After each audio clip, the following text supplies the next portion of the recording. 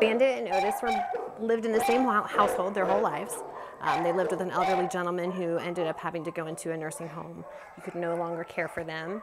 And Bandit is blind, and Otis kind of acts as his eyes. So they're very bonded. This is Otis. He's a 5 to 6 year old pug.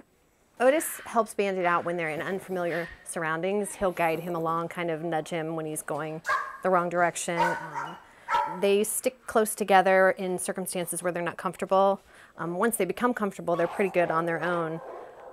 But for the most part, they sleep together, they play together. They're pretty close. As far as how long he's been blind, we're not exactly sure. The vet's best guess is he's been blind for at least a year or more. His eyes are very dry. He didn't have any tear production, so they were extremely red and irritated all the time. After consulting with 2 different vets, the decision was made to remove his eyes to kind of ease the pain that he was suffering.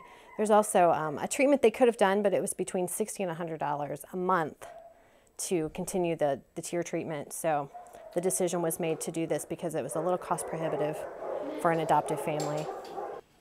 Otis will kind of get in the lead. He'll kind of stand towards the front of where Bandit is so that he can walk him to where he needs to be.